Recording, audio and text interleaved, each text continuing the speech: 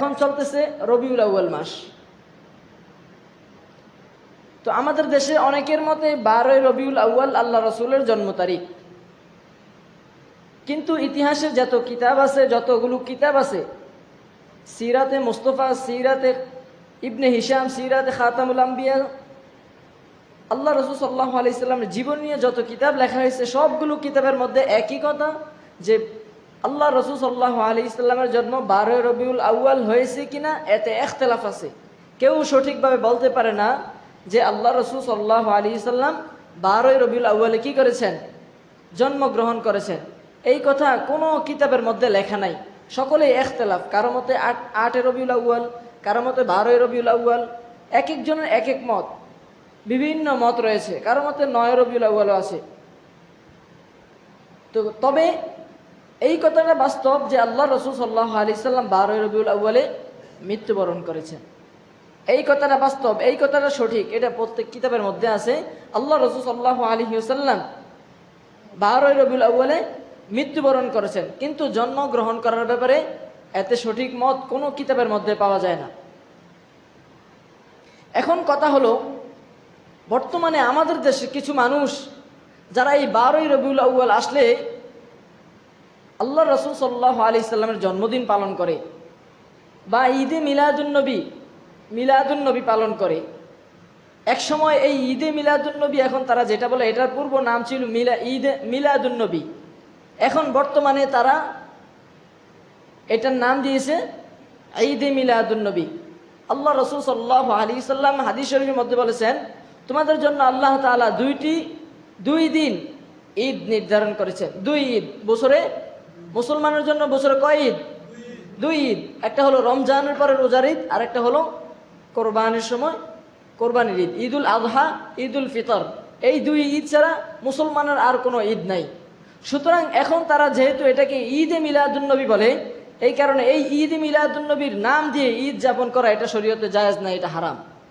এই কারণে এই ঈদ পালন করা যাবে না। আমি আপনাদেরকে একটু ইতিহাস শোনাই, তাহলে বুঝতে পারবেন। আল্লাহ রসুল সাল্লাল্লাহু আলাইহি সাল্লামের যে জীবনী, আল্লাহ রসুল সাল্লাল্লাহু আলাইহি সাল্লামের হায়াত কত বছর? 63 বছর। কত বছর? আল্লাহ রসুল সাল্লাল্লাহু আলাইহি সাল্লামের জন্মের পর থেকে নিয়ে 63 বছর পুরাটাই আল্লাহ রসুলের জীবনী। আর যারা সিরাতুন্নবী পালন করে, সিরাতুন্নবী মানে হলো নবীজের জীবন চরিত, নবীজির জীবনী আলোচনা। অর্থাৎ কোনো ব্যক্তির যদি জীবনী আলোচনা করা হয়, তাহলে তার জন্মের থেকে শুরু করে মৃত্যু পর্যন্ত পুরাটাই তার জীবনী। আর যদি মিলাদুন্নবী পালন করে, তাহলে এর মধ্যে শুধুমাত্র নবীর যে জন্মদিন আছে ওই জন্মদিনের আলোচনা করা হয়, শুধু ওই জন্মদিনের আলোচনা করা হয়। এখন বুঝে থাকলে বলেন যে একজন ভালো মানুষের গুণ, তার কি শুধুমাত্র একদিনের আলোচনা করার দ্বারা কি তার হক পরিপূর্ণ হয়, নাকি তার পুরো জীবনে আলোচনা করার দ্বারা পরিপূর্ণ হয়? তার যদি পুরো জীবনে আলোচনা করা হয়, তাহলে ওইটা হলো তার বাস্তব জীবনী। আর যদি একদিনে আলোচনা করা হয়, তাহলে এটা পরিপূর্ণ হয় না, এটা তার পরিপূর্ণ জীবনী নয়। এই কারণে ঈদ যেহেতু তারা লাগিয়েছে, এই ঈদের সূচনাটা কোত্থেকে শুরু? আগে মিলাদুন্নবীর ইতিহাসটা নিই। আল্লাহ রসুল সাল্লাল্লাহু আলাইহি সাল্লামের জীবনী কত বছর? 63 বছর। অর্থাৎ সিরাতুন্নবী কত বছর? 63 বছরের জিন্দিগিকে আমরা সিরাতুন্নবী বলে থাকি। এখন যারা মিলাদুন্নবী পালন করে বা মিলাদুন্নবী মানে, বা যারা মিলাদুন্নবী প্রতিষ্ঠা করতে চায়, তারা মিলাদুন্নবী পালন করে। আল্লাহ রসুল সাল্লাল্লাহু আলাইহি সাল্লামের 63 বছর জীবনী, এটা আল্লাহ রসুল সাল্লাল্লাহু আলাইহি সাল্লামের জিন্দিগির শুরু থেকে, অর্থাৎ আরো 1450 বছর আগের থেকে, 1450 বছর আগের থেকেই এই সিরাতুন্নবী পালিত হচ্ছে। সিরাতুন্নবী কোত্থেকে পালিত হচ্ছে? আল্লাহ রসুল সাল্লাল্লাহু আলাইহি সাল্লামের মৃত্যুর পরে সাহাবায়ে কেরাম এবং সাহাবায়ে কেরাম, তাবিঈন, তাবিঈন, আইম্মে মুজতাহিদদের থেকে নিয়ে আজও পর্যন্ত আল্লাহ রসুল সাল্লাল্লাহু আলাইহি সাল্লামের সিরাত পালন করা হচ্ছে। আর মিলাদুন্নবী যে পালন করা হচ্ছে, তাহলে সিরাতুন্নবীর বয়স কত বছর? সাহাবায়ে কেরামদের থেকে নিয়ে শুরু করে আজ পর্যন্ত সিরাতুন্নবী পালন হচ্ছে। তাহলে এটার বয়স কত? 1400-র উপরে। কত? 1400-র উপরে। আর মিলাদুন্নবী যারা পালন করে, মিলাদুন্নবী 604 হিজরিতে, কত হিজরিতে? 604 হিজরিতে, 604 হিজরিতে বর্তমানে যারা হযরত পীর আব্দুল কাদের জিলানী রহমতুল্লাহ আলাইহি নামে কাদেরিয়া তরিকা, উনি 566 হিজরিতে উনি মৃত্যুবরণ করেন। এবং যারা চিশতিয়া তরিকা মানে তারা হযরত খাজা মঈনুদ্দিন চিশতি রহমতুল্লাহ আলাইহি নামে তারা চিশতিয়া তরিকা মানে। খাজা মঈনুদ্দিন চিশতি রহমতুল্লাহ আলাইহি 633 হিজরি উনি মৃত্যুবরণ করেন। কিন্তু ওনাদের জীবনী ঘাটলে ঈদে মিলাদুন্নবীর কোনো নাম গন্ধ পাওয়া যায় না। সুতরাং 604 হিজরিতে যেই ব্যক্তি ঈদে মিলাদুন্নবী উদযাপন করে তার নাম হচ্ছে ওমর বিন হাসান, উমর বিন মুহাম্মদ। যে ব্যক্তি মিলাদুন্নবী প্রতিষ্ঠা করে সে একজন মূর্খ, সে একজন জালেম, সে একজন জাহেল ছিল, অজ্ঞ, ওই জমানার মূর্খ লোক ছিল। সে উপরে পণ্ডিত ছিল। আমাদের দেশে একটা কথা আছে না, উপর দিয়ে ফিটপাট ভিতর দিয়ে সদরঘাট। লোকটা এমন ছিল, একটু পটর বেশি করতো ওই জমানায়, জাহেল ছিল, ওই জমানার কোনো আলেম তাকে দেখতে পারতো না। শুধু সে এই ওমর বিন মুহাম্মদ সে 604 হিজরিতে এই মিলাদুন্নবীর উদযাপন করে। আর ওই মিলাদুন্নবী যখন সে উদযাপন করে, আবিষ্কার করে, তখন তাকে সাপোর্ট দিছে ওই জমানার বাদশাহ আবু সাইদ কাউকারি। ওই জমানার বাদশাহ আরবিল, এটা হলো মাসুলি নামক, ইরানের মাসুলি নামক গ্রামে এই সর্বপ্রথম মিলাদুন্নবী আবিষ্কার হয়। তো ওর নাম ছিল আবু সাইদ কাউকারি বাদশাহ। তখন ওই জাহেল যখন মিলাদুন্নবী উদযাপন করলো, আবিষ্কার করলো, তখন এই বাদশাহ তাকে সাপোর্ট দিয়েছে। আর বাদশাও ছিল আরেকজন জাহেল মূর্খ, সেও আলেম ছিল না, সেও একজন আলেম ছিল না, সেও মূর্খ ছিল। সে এত বড় জাহেল ছিল, সে কোনো মাযহাব মানত না। সে ছিল গায়রে মুকাল্লিদ লা মাযহাবি, তার কোনো মাযহাব ছিল না। বরং সে তার নিজের মন মতো করে সে তার কেয়াস করত। সে শুধু নিজের মাথায় যেটাই খাটতো। মনে রাখবেন, ইসলাম কেয়াস দ্বারা চলে না, ইসলাম আল্লাহর কোরআন দ্বারা, ইসলাম আল্লাহর রসুলের হাদিস দ্বারা চলে। কি দিয়া চলে? কোরআন এবং হাদিস দ্বারা কি চলে? ইসলাম চলে। সে তার ওই জমানায় তার মাথায় যেটাই ধরতো সে ওইটাই করত। এত বড় জাহেল মূর্খ ছিল সে। তার জমানার আলেমদেরকে বলতো যে আমি যেটা বলবো তোমরা সেটাই মানতে হবে, কিসের কোরআন কিসের হাদিস এগুলো বাদ দাও, আমি যেই কেয়াস করবো সেই কেয়াস অনুযায়ী তোমরা আমার মতো করে চলবা। তাহলে ওই বাদশাও কি ছিল? জাহেল ছিল, এবং সে কোনো মাযহাব মানতো না। আমরা যেই মাযহাব মানি, ইমাম আবু হানিফার মাযহাব, ইমাম শাফির মাযহাব, ইমাম আহমদ ইবনে হাম্বল, ইমাম মালিক রহমতুল্লাহ আলাই, এই 4টা মাযহাবের কোনো মাযহাব সে মানতো না। সে তার নিজের মন গড়া মাযহাব মানতো। তাহলে এর দ্বারা বোঝা যায় কি? সে একজন লা মাযহাবী, সে একজন জাহেল, সে একজন মূর্খ লোক ছিল। তাহলে এক মূর্খ আরেক মূর্খের কি দিছে? সাপোর্ট দিছে। দেখুন, এই দুইজন মূর্খ যখন একজনে আবিষ্কার করছে, আরেকজনে সাপোর্ট দিছে, এই দুজনে সাপোর্ট পাইয়া এখন আরেকজন, ওই জমানা আরেকজন জাহেল, সে একটু কি ছিল? কবি ছিল, শায়ের, একটু কবি ছিল, কবিতা লিখতে পারতো, একটু কিতাবাদি লিখতে পারতো। সে তখন ওই ঈদে মিলাদুন্নবীর পক্ষে সপক্ষে একটা কিতাব লেখছে ঈদে মিলাদুন্নবীর পক্ষে। তার নাম হচ্ছে ওমর বিন হাসান। তাহলে এই 3 জাহেল, 3 জনের লা মাযহাব, 3 জনের কোনো মাযহাব ছিল না, 3 জনের ছিল গায়রে মুকাল্লিদ। এমনকি তারা যেদিন মিলাদুন্নবী পালন করত, ওই মিলাদুন্নবীর দিন তারা বাদ্যযন্ত্র ইত্যাদি বাজাইতো, দব বাজাইতো। আগে তো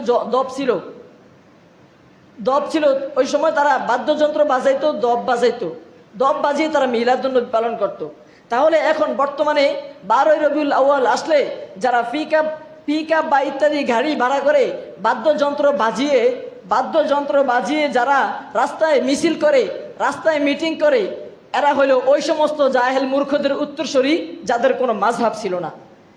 সুতরাং এর দ্বারা বোঝা যায় তারা হলো লা মাযহাবী। আর বর্তমানে যারা তাদের অনুসরণ করে তারাও লা মাযহাবী। দেখুন, বর্তমানে যারা মিলাদুন্নবী পালন করে তাদের একজন বড় নেতা আহমদ হুসাইন খান রেজা, সম্ভবত তার নামটা এমনই, আহমদ হুসাইন খান রেজা।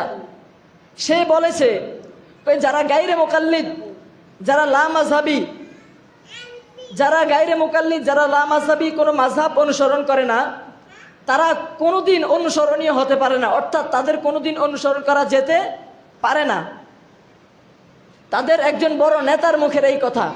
তাহলে এর দ্বারা কি বোঝা যায়? যে যারা ওই নেতায় বলেছে, আহমদ রেজা খান, সে তার এক কিতাবের মধ্যে এই লেখাটা লিখেছে, যারা যারা মাযহাব মানে না, যারা গায়রে মুকাল্লিদ, এরা হলো ইসলাম বিরোধী, এরা হলো কোরআন বিরোধী, এরা হলো দিন বিরোধী, এরা ইসলামের যে অন্যতম একটা উসুল ইজমা, ওই ইজমার খণ্ডনকারী, ইসলামের সঠিক খাঁটি মুসলমানদেরকে পদত্যাগকারী এরা। সুতরাং যারা গায়রে মাযহাব, যাদের কোনো মাযহাব নাই, তাদের অনুসরণীয় নয়। এখন তাদের ভাষ্যমতি, তাদের নেতার ভাষ্যমতে বোঝা যায় যারা লা মাযহাবী তাদের অনুসরণ করা যাবে না। সুতরাং ওই 604 হিজরিতে যেই ব্যক্তি মিলাদুন্নবী আবিষ্কার করেছে, 604 হিজরিতে যেই বাদশাহ ওই মিলাদুন্নবীর পক্ষে সাপোর্ট দিয়েছে, যেই আবু সাঈদ কাউকারি বাদশাহ তাকে সাপোর্ট দিয়েছে, আর যেই ব্যক্তি ওমর বিন হাসান, সে ওই মিলাদুন্নবীর পক্ষে কিতাব লিখেছে, ওই তিনজনে ছিল লা মাযহাবী গায়রে মুকাল্লিদ, তাদের কোনো মাযহাব ছিল না। সুতরাং বর্তমান যারা ঈদে মিলাদুন্নবী পালন করে তারা হলো তাদের মতো লা মাযহাবী, তাদের কোনো মাযহাব নাই, তারা গায়রে মুকাল্লিদের অনুসরণ করে। সুতরাং তাদের এই মিলাদুন্নবী ভ্রান্ত। দেখুন, একে তো তারা ওই বাদ্যযন্ত্র ওই সময় থেকে বাজাইতো, বাদ্যযন্ত্র ওই সময় থেকে বাজিয়ে তারা মিলাদুন্নবী পালন করত। এই কারণে বর্তমান জমানায় যারা মিলাদুন্নবী পালন করে, তারা তাদের উত্তরসূরি। সুতরাং এই মিলাদুন্নবী পালন করা সঠিক নয়, মিলাদুন্নবী পালন করা সঠিক নয়। মিলাদুন্নবী পালন করা কি সেটা আমি সামনে আলোচনা করতেছি। এখন আমি যে ইতিহাসটা টেনেছি, আল্লাহ রাসূল সাল্লাল্লাহু আলাইহি সাল্লামের যে জীবনী আলোচনা, সিরাতুন্নবী পালন করা হইতেছে কত বছর ধরে? শুরুতে বলেছিলাম 1400 বছরের উপরে হয়েছে। 1400 বছরের উপরে ধরে সিরাতুন্নবী পালন করা হইতেছে। আর মিলাদুন্নবী পালন করা হচ্ছে কতদিন থেকে? 604 হিজরি থেকে। তাহলে 1400 থেকে 600 বাদ দিলে কত হয়? 800। তাহলে মিলাদুন্নবী পালন হচ্ছে কত বছর ধরে? 800 বছর ধরে। আর সিরাতুন্নবী পালন করা হয়েছে কত বছর ধরে? 1400 বছর ধরে। এখন দুইটার মধ্যে পার্থক্য করলে বোঝা যায়। দেখেন, আমি একটা জিনিস বুঝানোর জন্য একটা কথা বলি। 1971 সালে শেখ মুজিবুর রহমানের সাহেবের সাথে যে ব্যক্তি যুদ্ধ করেছে, সঙ্গে থেকে যে ব্যক্তি যুদ্ধ করেছে, আর যে ব্যক্তি 1990 সালে জন্মগ্রহণ করেছে, দুইজনের মধ্যে পার্থক্য আছে না? এখন যদি যে ব্যক্তি 1990 জন্মগ্রহণ করেছে তাকে যদি বলা হয় যে শেখ মুজিবুর রহমান কিভাবে যুদ্ধ করেছে, তার সঙ্গে কারা কারা ছিল, সে কিন্তু বাস্তব চোখে দেখাটা বলতে পারবে না। সে বলবে যদি কোনো বইয়ে পড়ে থাকে বা কারো থেকে শোনা থাকে, ওই শোনাটা বলবে। কিন্তু 1971 সালে যেই ব্যক্তি শেখ মুজিবুর রহমানের সাথে যুদ্ধ করেছে, তাকে যদি জিজ্ঞেস করা হয় যে যুদ্ধটা কেমন হয়েছে, তার সঙ্গে কারা কারা যুদ্ধ করেছে, তাহলে দেখুন এই দুইজনের মধ্যে কারটা সঠিক হবে? আপনারা বলুন, কারটা সঠিক হবে? 1971 সালে যে ব্যক্তি শেখ মুজিবুর রহমানের সাথে যুদ্ধ করছে তারটা সঠিক হবে না? সঠিক কারটা হবে? যে ব্যক্তি 1971 শেখ মুজিবুর রহমানের সঙ্গে যুদ্ধ করছে তারটাই সঠিক হবে।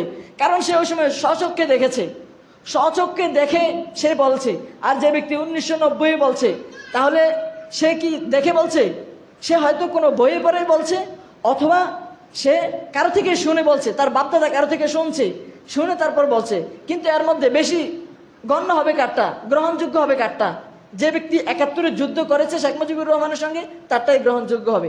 ঠিক তেমনি যারা এই সিরাতুন্নবী আল্লাহ রাসূল সাল্লাল্লাহু আলাইহি সাল্লামকে সাহাবায়ে কেরামরা দেখে ওই সিরাতুন্নবী পালন করেছে, সিরাতুন্নবী মেনেছে। আল্লাহ রাসূল সাল্লাল্লাহু আলাইহি সাল্লামকে তারা 14 বছর আগে থেকে স্বচক্ষে দেখে তারা সিরাতুন্নবী পালন করছে। সুতরাং সাহাবায়ে কেরাম কোনোদিন মিলাদুন্নবী পালন করেনি, বরং সাহাবায়ে কেরামকে দেখে সাহাবায়ে কেরামদের দেখে তাবেঈনরা পালন করেছে সিরাতুন্নবী। সেই তাবেঈনদেরকে দেখে তাবেঈন যারা ছিল, তারা ওই তাবেঈদেরকে দেখে সিরাতুন্নবী পালন করেছে। আর তাবেঈন যারা ছিল তাদেরকে দেখে আইম্মায়ে মুজতাহিদ, আরো বড় বড় ইমাম যারা ছিল তারা পালন করেছে। সুতরাং ওই 14 বছর আগের সিরাতুন্নবী আর এই 600 বছর 800 বছর আগের মিলাদুন্নবীর মধ্যে পার্থক্য কত এবার বুঝতে পারছেন তো? তাহলে কোনটা গ্রহণযোগ্য বেশি? 1400 বছর আগের একটা গ্রহণযোগ্য বেশি, যেটা স্বচক্ষে দেখে পালন করা হয়, যেটা স্বচক্ষে দেখে পালন করা হয়েছে। নাকি যে ব্যক্তি 1990 জন্মগ্রহণ করছে তারটা বিশ্বাস করবেন? সুতরাং যারা বর্তমানে মিলাদুন্নবী পালন করে সিরাতুন্নবী বাদ দিয়ে, তাদেরটা হলো শোনা কথা, অথবা তারা কারো কোনো বই থেকে পরে পরে তারা এগুলো করতেছে, কিন্তু বাস্তবে এগুলোর কোনো হাকিকত নাই। দেখুন, যে ব্যক্তি এই মিলাদুন্নবী উদযাপন করেছে, আবিষ্কার করেছে, সেও কিন্তু গায়রে মাযহাব, তার কোনো মাযহাব ছিল না। সুতরাং তারা হলো বাতিল, এই মিলাদুন্নবী হলো বাতিল। মুহতারাম হাজরিন, এবার একটু লক্ষ্য করে দেখুন। আপনারা বলবেন তাহলে মিলাদুন্নবী আল্লাহ রাসূল সাল্লাল্লাহু আলাইহি সাল্লামের জন্মদিনও তো তাহলে পালন করা দরকার। কারণ এখন তাদের মধ্যে থেকে একদল এই প্রশ্নটা করে যে কোনো প্রধান বক্তা, প্রধান অতিথিকে যখন দাওয়াত দেওয়া হয়, তাকে যদি সম্মাননা না জানা হয়, সে গাড়ি থেকে নামছে, তাকে সম্মান দিয়ে যদি স্টেজে না আনা হয়, তাহলে তার কেমন লাগবে? ভালো লাগবে না, তার কথা বলতে মন চাইবে না, যে লোকের আমাকে কোনো সম্মান দিচ্ছে না, তখন সে ভালো কথা বলবে না। আর যখন সে যখন আসবে, তাকে সম্মান করে স্টেজে নিয়ে আসা হবে, তাকে অনেক সম্মান করা হবে, তাহলে সে ভালো ভালো কি করবে? নসিহত করবে, ওয়াজ করবে, সে ভালো ভালো কথা বলবে। কথাগুলো মনোযোগ দিয়ে শোনেন। আজকাল এই বিষয়গুলো আমাদের দেশে খুব প্রচলন। তাই তারা এই প্রশ্নটা করে থাকে যে প্রধান অতিথিকে যদি সম্মান না করা হয়, তাকে যদি সম্মান দিয়ে না আনা হয়, তাহলে সে কি কথা বলবে এখানে এসে? এই কথার উত্তর আমি দিয়ে দিচ্ছি, শুনেন। যারা বলে যে প্রধান অতিথিকে সম্মান দিতে হবে, সম্মান দিতে হবে, প্রধান অতিথিকে যেমন সম্মান দিয়ে আনা হয়, এই কারণে আমাদের নবীর জন্মদিন যেহেতু মিলাদুন্নবী, নবীর জন্মদিনকে সম্মান দেওয়া দরকার। আমি বলি, আল্লাহর নবী সাল্লাল্লাহু আলাইহি সাল্লাম হচ্ছেন আমাদের প্রধান অতিথি, আর আল্লাহর রাসূল সাল্লাল্লাহু আলাইহি সাল্লামের সেই প্রধান অতিথির সম্মান আল্লাহ তাআলা স্বয়ং নিজে দিয়েছেন। বান্দা আমাদের জন্য আল্লাহর রাসূলের সেই প্রধান অতিথির যেই সম্মান, এই সম্মান বান্দার দেওয়ার দরকার নাই। আল্লাহ তাআলা স্বয়ং সেই রাসূলের প্রধান অতিথি, আল্লাহর রাসূল যেই প্রধান অতিথি আমাদের, সেই আল্লাহর রাসূলের সম্মান আল্লাহ তাআলা স্বয়ং দিয়েছেন। যদি আমাদের নবী সেই দিন না আসতো, যদি আমাদের নবী সেই দিন না আসতো, যদি আমাদের নবী দুনিয়াতে পয়দা না হতো, তাহলে এই দুনিয়ার আসমান জমিন গাছপালা কোনো কিছুই সৃষ্টি করা হতো না। এটাই হলো আল্লাহ রাসূলের সম্মান। আল্লাহ রাসূল দুনিয়াতে আসবে বিদায় আল্লাহ এই দুনিয়ার সবকিছু, গাছপালা, তরুলতা, আসমান জমিন সবকিছু সৃষ্টি করেছেন। আল্লাহ রসুল দুনিয়া আসার পরেও, এটা হলো আল্লাহ রসুল দুনিয়াতে আসার আগে আল্লাহ তাআলা আল্লাহ রসুলকে সম্মান দিয়েছেন। আল্লাহ রসুল দুনিয়াতে আসার পরে সাথে সাথে আল্লাহ তাআলা কি সম্মান দিয়েছেন? আল্লাহর রসুল দুনিয়াতে আসার সঙ্গে সঙ্গে সেই পারস্যের যেই অগ্নি পূজা তারা 1000 বছর ধরে আগুন জ্বালিয়ে রেখেছে, 1000 বছর যেই আগুন জ্বালিয়ে তারা পূজা করত, ওই আগুন সঙ্গে সঙ্গে নিভিয়ে গেছে। তাহলে যেই রসুল আসার পরে সেই পারস্যের 1000 বছরের আগুন, যেই আগুন কেউ নিভাতে পারে নাই, আল্লাহ রসুল সাল্লাল্লাহু আলাইহি সাল্লাম দুনিয়াতে আসার সঙ্গে সঙ্গে যেই আগুন নিভে গেছে, তাহলে এটা কি রাসূলের সম্মান নয়? এর চেয়ে বড় সম্মান আর কি হতে পারে? বান্দা কি এর চেয়ে বড় সম্মান দিতে পারবে? কখনোই দিতে পারবে না। আল্লাহ রসুল সাল্লাল্লাহু আলাইহি সাল্লাম দুনিয়াতে যখন আসছে, আল্লাহ রসুল দুনিয়াতে আসার সময় আল্লাহ রসুল সাল্লাল্লাহু আলাইহি সাল্লামের যেই খতনা করা হয় মানুষকে, এই খতনা অবস্থায় আল্লাহ রসুল দুনিয়াতে আসছে। তাহলে দুনিয়াতে কোনো মানুষ কি এভাবে আসতে পারে? দুনিয়াতে কোনো মানুষ এভাবে খতনা অবস্থায় দুনিয়াতে কোনো মানুষ জন্মগ্রহণ করতে পারেনি, পারবেও না। এটাই আল্লাহ তাআলা আল্লাহ রাসূলকে সম্মান দিয়েছে। আল্লাহ রাসূল দুনিয়াতে যখন আসছে, তখন সেই রোম সম্রাটের যেই রাজপ্রাসাদ ছিল, ওই রাজপ্রাসাদ এভাবে কম্পন করে উঠছে, এবং ওই কম্পনের সঙ্গে রাজপ্রাসাদের যে ইট ছিল, ইট খসে পড়ে গেছে। তাহলে এর চেয়ে বড় সম্মান কি, আল্লাহর চেয়ে বড় সম্মান কি দুনিয়ার কোনো মানুষ নবীকে দিতে পারবে? কখনোই না। সুতরাং যারা মিলাদুন্নবী পালন করে, যারা বলে যে মিলাদুন্নবী যদি পালন না করা হয় তাহলে নবীর বেজ্জতি হয়, আমি বলবো না, মিলাদুন্নবী পালন করলে নবীর বেজ্জতি হয় না। মিলাদুন্নবী পালন করা মানে আল্লাহ রাসূলের সেই জন্মের যে দিন, ওই দিনকে স্মরণ করা।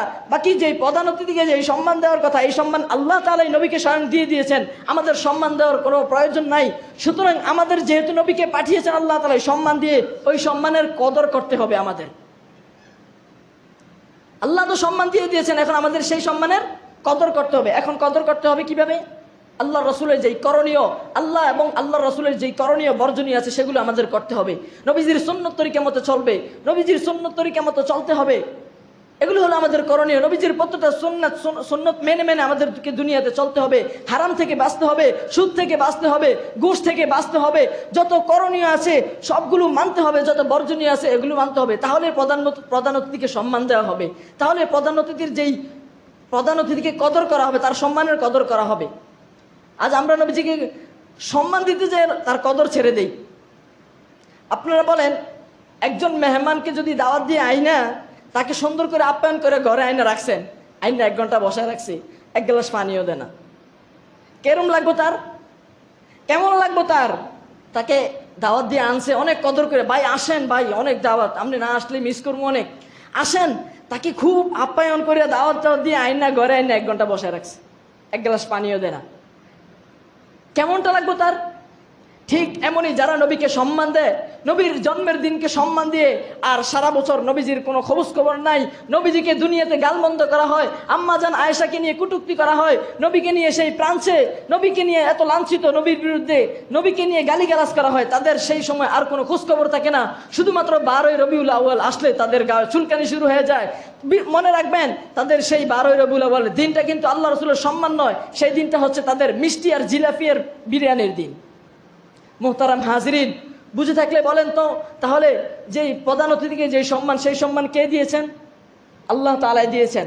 এখন আমাদের সেই সম্মানকে কি করতে হবে? কদর করতে হবে। এই কারণে যারা মিলাদুন্নবী করে, মিলাদুন্নবী আলোচনীয়, মিলাদুন্নবী আলোচনা কি করা?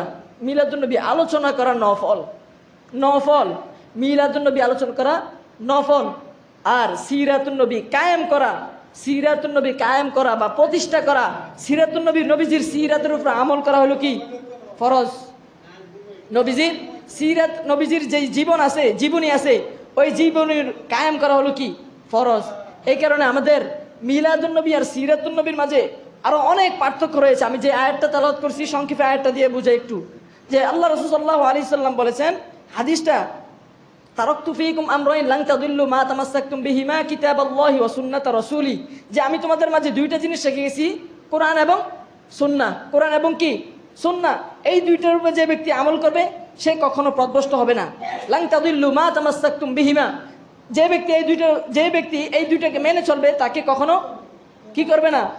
তাই সে কখনো পথভ্রষ্ট হবে না, সে কখনো পথভ্রষ্ট হবে না। সুতরাং এখন যারা এই 12 রবিউল আউয়াল আসলে শুধুমাত্র কি করে? আল্লাহ রাসূল সাল্লাল্লাহু আলাইহি সাল্লামের জন্মদিনকে পালন করে তারা, আর সারা বছর তাদের কোনো খোঁজ খবর থাকে না, কোরআনের কোনো খোঁজ খবর থাকে না, কোরআনের কোনো খোঁজ খবর থাকে না। আল্লাহ রাসূল সাল্লাল্লাহু আলাইহি সাল্লামের যেই হাদিস আছে, যেই সুন্নাহ সমূহ আছে, আল্লাহর কোরআনের মধ্যে যেই হুকুম আহকামগুলো আল্লাহ তাআলা কোরআনের মধ্যে বলেছেন, ওই হুকুম আহকামগুলো তাদের মানার কোনো খোঁজ খবর থাকে না। আর দেখেন, যতজনে মিলাদুন্নবী পালন করে অধিকাংশের মুখে দাড়ি নাই।